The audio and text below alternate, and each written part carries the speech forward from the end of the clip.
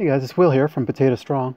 I had a good question from a viewer on YouTube about day in the life, like doing a day in the life video and explaining what I do like in the morning for breakfast and intermittent fasting and if I eat at night and stuff like that. So instead of doing that, because I don't really film like everything, if you want to see videos, little clips of stuff that I do when I cook or little things, I'm doing some on Instagram. There's a video section on the top. And yeah, I'll go out and film my garden, or I'll do little spontaneous type things. So those are a little more um, regular instead of like YouTube, where you want to think about something and put together a video, which sometimes people put more work into. But so if you want to check that out and what I eat, I post meals on Instagram, and I also usually share them on Facebook. But Instagram is really easy and it's a nice way to go. So to answer all the details about kind of a day in the life, and this is just for myself, and I'll sort of talk about Bonnie after.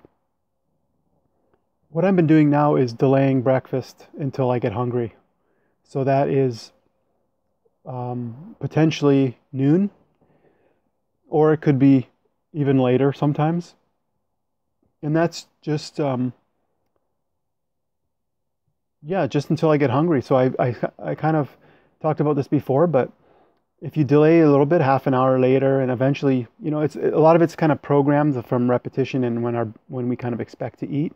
So you can work at pushing that if you want, and it depends on what you're doing. Like if I know people that work out in the morning and they want to work out fasted, just with like lemon water or something, and then they eat something after they do a workout, and so in that case, you don't want to eat really much at all in the morning right away in these situations. And see, the thing is, we have glycogen in our muscles, so you can obviously do lots of workout, a workout in a fasted state. You're not going to like burn, you're not going to be in ketosis just from waking up in the morning and not having eaten anything. So there's plenty of energy there. And sometimes when you eat too much, you feel really bloated and full too when you're trying to work out, and you feel maybe sometimes even tired. So it's not the best thing in the world just to eat. Like people think, eating food and getting energy, and it's just, it's always the greatest thing is to smash in the calories. I don't really think that's true. And so obviously you're going to vary this depending on what you're doing. And so anyways, if you get up really early, then obviously you probably be hungrier earlier as well. So I might get up at 8 or 9 in the morning, and so waiting 3 hours to eat, or maybe sometimes less, I might eat at 11 in the morning. So that's just 2 or 3 hours after I get up. So you can adjust that, and if you want, you can try to push that further later. Extend that time period. So. And that'll give you like a 16-hour fast and an 8-hour eating window, or it could be even more than 16 hours if you want to push that. There's health benefits to that as well. I didn't really want to talk about intermittent fasting here, but that's one of the questions was related to that. So one of the things when I answer these questions is I don't want to just give the answers, which I think helps to some extent, but what I want to do is teach you how to think for yourself, how to search things and sort of just get the general concept. So as far as eating goes, what I always tell people is to eat until you're full. And what happens, and that depends on like bulk in your stomach, like filling it up with a volume. So sometimes if you eat high fat or high calorie foods that are small, like in volume, they might give you some calories, but they're not stretching your stomach. They're not. So that's where the big water rich, fiber rich, big salads, potatoes, things like that can be heavy and weigh in your stomach and make you feel full. So sometimes people eat a meal and then they might think they're full, but they maybe because they're afraid of eating too much or too many carbs or something like that, and then they end up eating, like getting hungry an hour later. So they definitely didn't eat enough. So if you find that you're getting hungry in the evening, that one of the questions related to it was eating in the evening. And I do have snacks. Usually it's a light thing, something like a fruit, apple, cherries, watermelon, something like that. But if for some reason I didn't eat enough for supper, I might eat something more substantial. But a lot of times if I eat something really filling at, say, 6 o'clock, I won't really have to eat anything unless it's just a small mental craving that I have for some kind of fruit or something. Um, so as far as like people are asking me like when do you eat, what times, I don't really think that's a big deal. Like I don't want anybody stressing out. One of the things I try to do on this channel is reduce your stress. So all you're doing is eating plant-based foods, a variety of plant-based foods. Um, Whenever you're hungry, a rough guideline is 3 meals a day, 3 filling meals a day. It doesn't have to be that, but and sometimes I will have something small like a snack.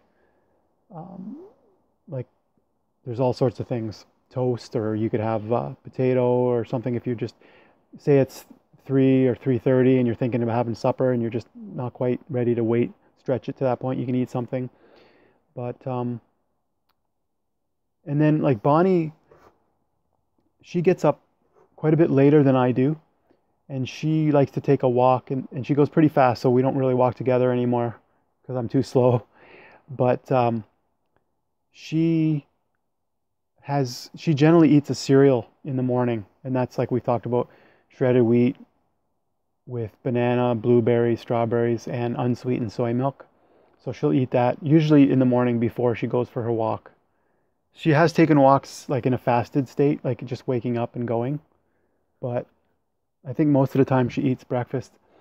And then, so we might even eat lunch at a different time sometimes, um, because she'll get back from her walk and usually it's an hour and a half and she'll want to eat again. And it depends when I eat. But then we generally eat supper together at 5 or 6 o'clock, something like that. And so yeah, like just keep it stress free. Obviously, starches are kind of the bulk.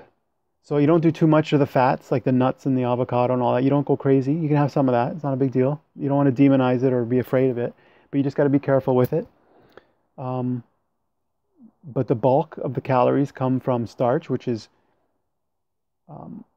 for me, I'm trying to eat more beans, and I'm getting soy, which has the protein, because I've been doing calisthenics, but mostly body weight, pull-ups, push-ups, and body weight squats, and dips and that sort of thing. And potatoes and rice are fairly low in protein. And like I don't want to get anybody obsessed with protein or anything. Like I read Proteinaholic by Dr. Garth Davis, and but especially when you're watching your calories, you're not smashing in too many calories. You want to make sure that, like, say you're only having 2 meals because you intermittent fasted or something like that, then those 2 meals should have a good chunk of protein in them because you didn't get it as much. Or if you're eating fruit or something like that, it's very low in protein, like 1%. So beans, soy, like tofu, and the unsweetened soy milk, I switched from almond milk because I want to get, and I don't want to take any protein powders or anything like that. So that's why I'm trying to get them from the beans, and also like legumes, chickpeas, stuff like that.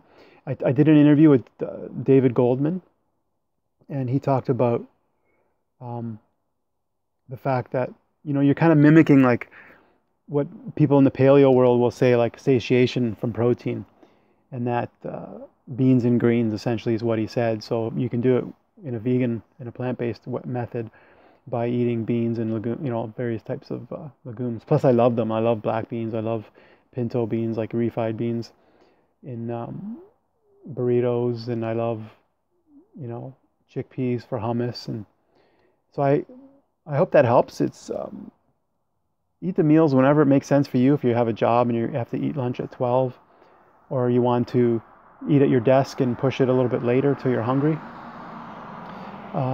Just don't stress out too much, and just try to do what's best for you. And as far as like eating when you're full and stopping when eating when you're hungry and stopping when you're full, and just trying to focus on what you're eating, not so much how much, and trying to avoid the high fat oils and stuff like that. I see a lot of people eating processed Usually not so much that it's processed, but higher fat foods, like a lot of the stuff you can buy, the diet cheesecakes and pizza with some sort of veggie cheese on it. Um, Higher fat burgers like the Beyond Meat and all that stuff. And if you're struggling with your weight, you want to shift away from the oils and the processed food as much as you can, and stick to, like I say, the whole food starches, non-starchy veggies, broccoli, carrots, romaine lettuce, spinach, onions, garlic, cauliflower, all that sort of thing. And then some fruit. I eat a variety of fruit, not a ton, but bananas, strawberries, blueberries, cherries, watermelon, grapes. It just depends on the time of year and what I can get. All right, hope that helps. And that's kind of my day in the life, just verbally, because I don't always video everything. It's pretty boring. I don't do a lot of exciting things.